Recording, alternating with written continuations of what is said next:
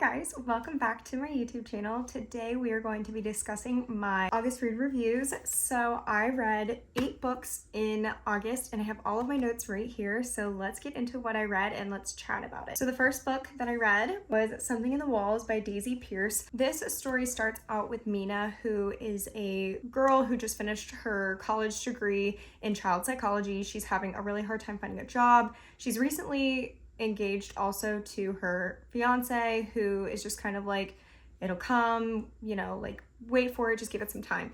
But she had also lost her brother during her childhood to a very tragic accident. So she started going to a bereavement support group and ends up meeting Sam, who is a local reporter. So Sam and her get to talking while she's at one of the support groups, and he tells her about this 13-year-old girl who claims to be haunted by a witch that lives in her walls. Her symptoms are getting worse and worse, and the family is just like reaching out to anybody to help to try to figure out what's going on with their daughter and how they can make her better. So Mina is in a tight spot. She needs money. She has no experience and can't find a job, so she agrees to go with Sam, who will be covering the entire experience while he's there. So Alice is the young girl that is experiencing all of these weird behaviors. She says that she hears this witch talking to her. It like knocks on her doors through the night. She is experiencing hallucinations.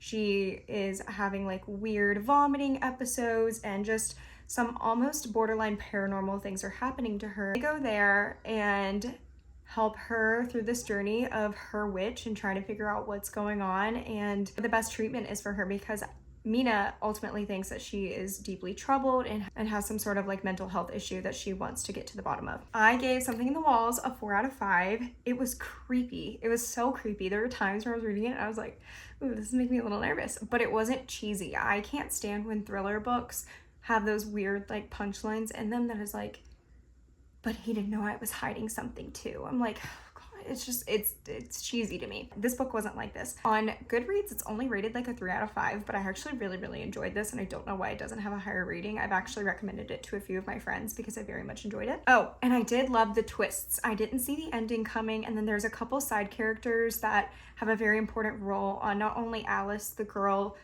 who's going through treatment, but Mina and Sam as well, and some of her backstory and different things that get brought into light in the future. Super creepy with really good. Some of the side characters were kind of meh though. Like, I don't feel like all of them really served a purpose or were super meaningful, but I really did enjoy the story as a whole and how the book ended. So the next book we're going to be chatting about is Salt to the Sea by Ruta Sepetys. So this was part of my hyperfixation on maritime accidents that I had over the summer, and I've already talked about a couple books previously in other videos relating to historical maritime accidents, but this was my final book within my little hyperfixation episode. This book talks about the single greatest tragedy in history ever of maritime accidents. This was the sinking in the Baltic Sea by the Soviet submarine William Gustloff. So this was supposed to be like a passenger ship, and it was only supposed to carry like a little under 2,000 people, but because of the war and everything that was going on, they ended up putting 10,000 people onto this boat, and over 9,000 people lost their lives. So like 90% of the people on the boat did not live after this accident. This book goes between the point of view of like 4 characters and how their life is leading up to them getting onto the boat. So it's the like couple day journey just before they're getting to the boat. You're learning what their motives are for getting on this boat, what their secrets are that they're hiding, and what their experience is throughout this war that's going on as well, because this is World War II era. Some of my notes, I really love the way that she built this story and gave these characters so much of a story and personality and made you feel for them and like them before obviously their tragic ending. So I really enjoyed the way that that was set up. I did not know that it was the biggest maritime accident of all time. I thought that was the Lusitania after reading the book on the Lusitania, after learning that the Titanic was not the biggest maritime accident, because that was my previous notion before even then. Also, when I was reading up on this book, it is considered a YA book, and I'm not entirely sure why. It was a really fantastic book. You get the point of view from, let me get all of their names. Joanna, who is a Lithuanian, I'm butchering that, with nursing experience. So she's trying to help everybody like through this journey. She's trying to aid where she can with her nursing experience. And then you have Florian, who is a Prussian soldier that fled the Nazis and stole a very like valuable piece of treasure, and it's his story of how he got there and then here with that treasure. And then you have Amelia, who is a Polish girl who is incredibly pregnant by the time that we meet her, and you kind of learn the story of her pregnancy and the things that she's struggling with because of that. And then Albert is the final person that you meet in the book, and he is the Nazi soldiers, and he is incredibly delirious. He has a lot of like grandeur ideas of himself, and he is incredibly self-centered and full, like thinks he is just the smartest, best human being on the planet, and that he is doing amazing thing by being a Nazi soldier. I gave Salt to the Sea a 4 out of 5. All right, so our next book that we're going to be discussing is The Fury by Alex Michaelides. I think I'm pronouncing that wrong. Anyways, I found this book because I read The Silent Patient by him and I really loved it, so I had a lot of high hopes going into this book. I did rate this book a 1 out of 5. I thought this was an incredibly cheesy book and I was not very into it. The book is presented as if you have a narrator that is talking about events as they're happening, sort of like a play narrator. And I know that that's like the gist because a lot of the people within this story are from the acting community. The narrator's best friend was a previous actress, and she has like since like gone reclusive. And this is a story of her inviting all of her friends to this private island that she has, and ultimately somebody gets murdered. I didn't love this book because like I said, the narrator is like telling the story. He starts the book by like trying to get you to like him and trying to get you on his side, but then he's like, oh wait, no, I'm neutral. You need to figure out your own opinion of me. But he just kind of talks like this narcissistic airhead. I could not stand his character. So reading this entire book when it is from his POV, I was like, I can't stand him. I don't like him. Also, a lot of the reviews said that this is a very fast-paced book. I was bored about 80% of this book, and there's twist after twist after twist in this book, but it's to the point that it is too much. Like, it's too cheesy. It feels forced, and you're like, why are we changing this again? What are we doing this again? I don't know. It was just kind of irritating. The plot felt very unorganized and forced because of the twists and turns and all of the new information and how it was found out and whatnot. But it's basically a narration of him telling his side of the story for the events that went on while he was on the island. It's basically his point of view and him trying to tell you his side of the story and make you understand him and some of the decisions that he made and how he feels like he's the victim of this entire scheme, plot, everything. The book description is incredibly like, it pumps you up, like it gets you there. You're like, oh, I really want to read this book. Like, it talks about how this is a story like no other, and it's full of twists and turns, and the night ends in violence and death. So it's just like these very like bold statements that get you hooked into wanting to read this book. And then I feel like the book was an incredible letdown. I don't know. I didn't enjoy it. Our next book we're going to chat about is By Any Other Name by Jodi Picoult. I gave this book a 5 out of 5. I really enjoyed this book. I really liked it.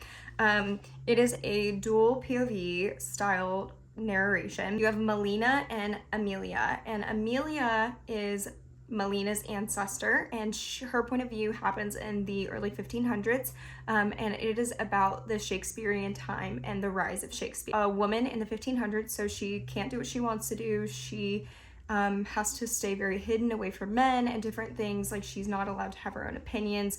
It was very much when women were discriminated. So this is also during the rise of Shakespeare, and you learn through this storytelling that maybe Shakespeare wasn't the original or only author for all of his work, because there's a lot of speculation that Shakespeare was just a pen name basically for a bunch of different authors who were either afraid or couldn't get their work out. One of those people is Amelia. So Amelia writes poetry and she can't put it out into the world because she's a woman. She starts her life by being basically sold off as a mistress to a lord who actually takes very good care of her. They have a very great relationship. He is also like the head of the biggest playwright theater world in that era, that time. He actually like lets her read plays, and this is like how all of her play working stuff starts and how her poetry starts. And then she ends up pregnant and he is married. Everybody knows she's his mistress and everything, but because of like laws, customs, different things during that era, he ultimately is like, you can't be here anymore. So then it goes into like her meeting Shakespeare and then how her life like gradually essentially declines after Lord Chamberlain gets rid of her because she's had her child. So she gets sold off to a cousin that beats her. He is violent, horrible, drunk, who spends all their money. Not a great guy. She also is having a love affair with this local, I think he was a prince, I want to say, and you got to keep it hush hush. Like, he is royalty. He can't be with her. She can't be with him. It's like a tragic love story ending. So that's her POV. Lena's POV is more like current, everyday. It's like current time, and she wants to be a playwright, but she is facing discrimination in the world because she is a woman. She is in college when we kind of get the beginning of her POV, and she submits this play, and she has this incredibly sexist, harsh critic who tells her she's a waste of space, basically, and it was like, meh. Gets into this huge funk after college, and she's like, I don't know what I'm gonna do with my life, I don't know what makes me happy anymore, like all of the things. So she has her best friend, which is a African-American gay man, and she and him were in college together. They were playwrights together, and they get drunk one night, and she shows him this playwright that she's been working on, and in his drunken state, he submits it under a false name. Instead of it being under Melina, he put it under Mel, so then the playwright thinks that she's actually a man. And she asks him to cover for her, and then there's a whole nother level of discrimination and different things that he was trying to overcome. So she tries to get him to cover, and essentially that boils over and blows up because he is like, I can't keep covering for you, like, you need to own this, like, you got in, we did the thing, like, this is yours, don't use me, get in there and do it yourself. So she ends up going out with the harsh critic a couple times and learning more about him and things, and you learn his point of view and perspective and things on plays and stories and why he has said the things that he's said and the decisions that he's made. And then they end up in a romantic situation as well. And then you just kind of see how this discrimination, the minority struggles between both POVs, are affecting their everyday life and essentially how to make money and just survive in the world. Some of my notes were the research in here was incredible. Jody, you can tell, like, really did the work and looked into the potential idea that Shakespeare was not a one-man show. I really loved a lot of the internal assessments that a lot of the characters had about not only the prejudice that they're facing, but the prejudice around them that they're experiencing. Really enjoyed the reality of the inner working of relationships from the historical and the current day point of view. And their timelines, I just think was beautifully done. I really enjoyed it. Loved this book. Next book we're going to talk about is The Briar Club by Kate Quinn. I gave this book a 4 out of 5, but realistically, I'm gonna think it's more like a 3.5 out of 5. This was a historical fiction, and the main character, Grace, that you meet moves into the Briar Club, which is a all-women's housing situation during the like McCarthy era 1950s time frame. So the story is broken up basically as a bunch of novellas of all of the women who live in the Briar House, or like mini stories of all these women, and it tells you like the deepest, darkest, saddest point of their life and the trauma that they've experienced because of it. It shows a lot of their insecurities and just kind of like paints a lot of the struggles that they're having, you know, from the world internally, things that they've gone through in the past, and how it has shaped them into the person that they are today. None of these women kind of have any relationship with each other until Grace moves into the house, and Grace starts these like Thursday night dinners, and they all come and they bring something and they eat, they hang out, they drink, and just kind of makes like a girl power, you know, woman meeting club. And there's also 2 kids that live in the house. Their mother is the one who owns the house, and she sucks. She's terrible. So the kids join the women and eat with them and hang out with them during these meetings. They're also like painting the house, and you get a POV of the house's thoughts and feelings and stuff about Grace and the other people in the house as you're reading this story. It opens up and there has been a murder, and the house is like, I know who did it.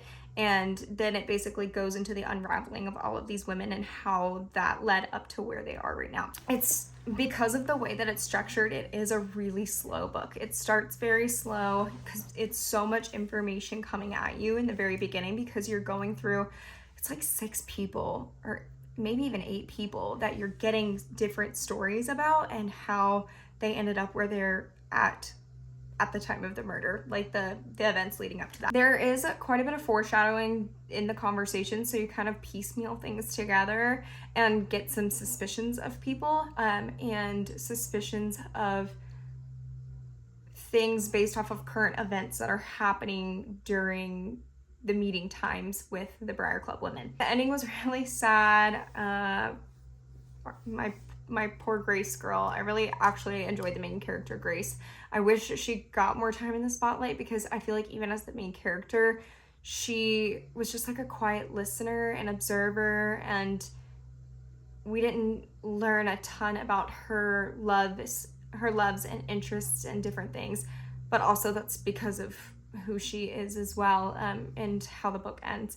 So it was a really good book. It is a very slow book. Lost Bookshop. I don't know if it's Evie or Evie, but Evie Woods, I think. I gave this book a 4 out of 5. I really, really liked this book. It was a really cute story with like a touch of fantasy. It's also a dual POV. So you have 2 women, and they are both start off in really uncomfortable, hard situations, and it's them kind of working out of that and moving out of that, and how the Lost Bookshop impacts their lives because of that. The fantasy isn't well explained within the book, so I wasn't a huge fan of that. Like, you kind of get different elements of fantasy, but not really the why or what causes it or anything like that. Also, the ending was a little bit meh, because it was so meh that I had to look it up, because I forgot after I read the book how it ended, and I was doing my notes for this and I was like, wait, how did that book end again? I don't remember. So you have your past character, which is Opaline. Her brother is kind of a lunatic. Her father died, so he is now like the man of the house and is making decisions for her. She is like, you're not the boss of me, leave me alone, let me just do my thing. And he continuously like goes for her, tries to attack her, ends up putting her in a mental facility, even though there's literally nothing wrong with her. He's just an awful, terrible person. So Opaline is going through the challenges of trying to escape her brother that is insistent on controlling her life, because he wants her to marry this man who's significantly older than her for like family benefits, wealth, those kind of things. So she goes to work in a bookstore to essentially try to get her life together. She's under the radar, trying to hide from him, and he ends up finding her, and then that's when he puts her in the psych ward. And then you have Martha, who is an Irish woman who flees to the same spot because she has this ex-husband that is beating her, and she is scared that he is going to unalive her. She takes this job as a housekeeper for this woman, Madame Bowden, who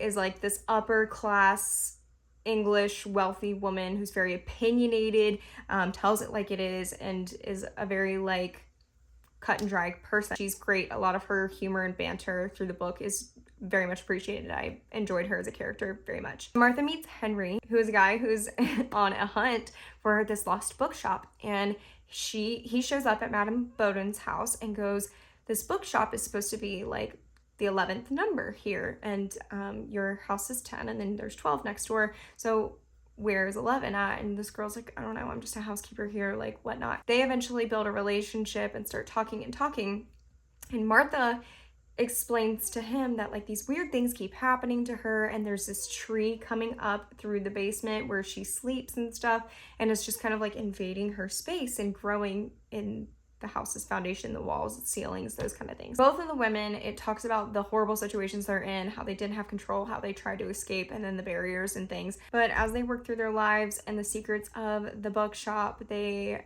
kind of get more insight into the world and different things. It really was a beautiful story though, and I did enjoy it a lot. So the next book we're going to talk about is The Pumpkin Spice Cafe by Laurie Gilmore. I gave this book a 3 out of 5. This is a palette cleanser, cheesy little romance book for me, like a tropey romance. I love these books to help me get out of a slump, or after I've read a really like heavy and sad book, it just kind of like perks me back up again and gets me ready to read something else. I really enjoyed this book. It was the perfect little like entry to fall. I read this over like a really cold weekend in August. I want to say maybe even like Labor Day weekend, and I really enjoyed it. It was perfect fall vibes for. So there's a couple like of your little tropes in there. It's a small town. There's the grumpy sunshine farmer trope if you're into the farmers. Part of that gets a little bit cheesy because there's like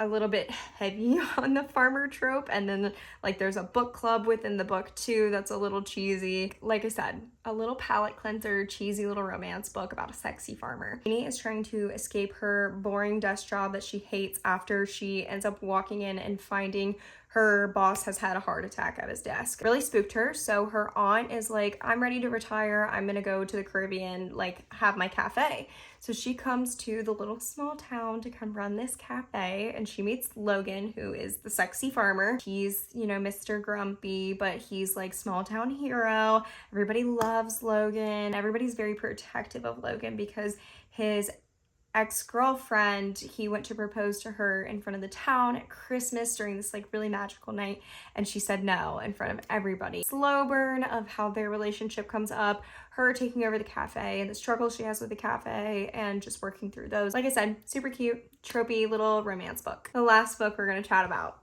Atmosphere by Taylor Jenkins Reid. I don't think I've ever read a Taylor Jenkins Reid book that I didn't love. It's obviously got a 5 out of 5 for me.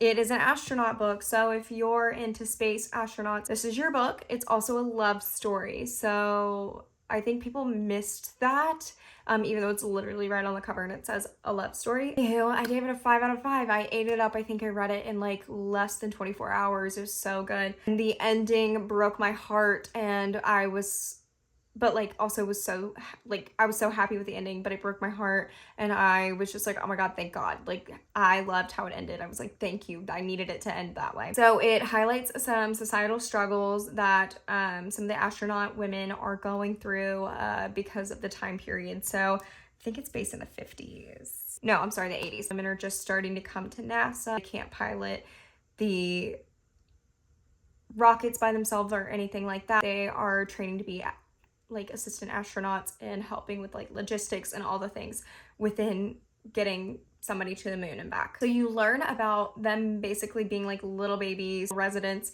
and working their way up to being astronauts going on missions up in space. You have Joan, who is just kind of this awkward, a little bit nerdy girl who just like loves space, loves the stars, and has dreamed of this moment her whole life. She has a sister who got like knocked up at 16 and has this like niece that absolutely just adores her, and she adores her back. Like they have a absolutely wonderful, great relationship, but she has some struggles with her sister because of some of the life decisions that she's making throughout the book, and decisions about her daughter as well. And you meet Vanessa, which is another one of the astronaut resident women that are here, and Vanessa is this like hot, confident, like smart, amazing astronaut. She is kind of like slow burning it with Joan and giving Joan some feelers and things, and Joan's like off in la la land, like left field, doesn't even get it. And then one day she finally looks at her and she's like, you're gay, I'm gay, we really like each other. And Joan was like, oh my god, you're right. And kind of had like a aha moment. It talks about how they have to keep their relationship quiet because of some of the societal issues with LGBTQ that they are experiencing because of the 1980s, and especially being women in a male-dominant field. Can Taylor Jenkins Reid write a bad book? No. It starts very anxiety ridden and like plummets you straight into the book because you are hearing about some things that are not going right with some of the people up in space on the moon. And then it kind of tells the story of the events leading up to that, and then little interjectures of what is happening during this anxiety filled something bad happening in space story that's also happening. It's an incredible slow burn. I think it was well done. I really enjoyed learning a couple things about space from it. You can tell that she did her research and that she looked into a lot of different things about NASA and stars and space and rockets and all the different things. I just enjoyed this book a lot. I gave it a 5 out of 5. That is my August Reads review. I really hope you guys enjoyed this video. If you did, subscribe so we can hang out again soon, and I'll chat with you later. Bye!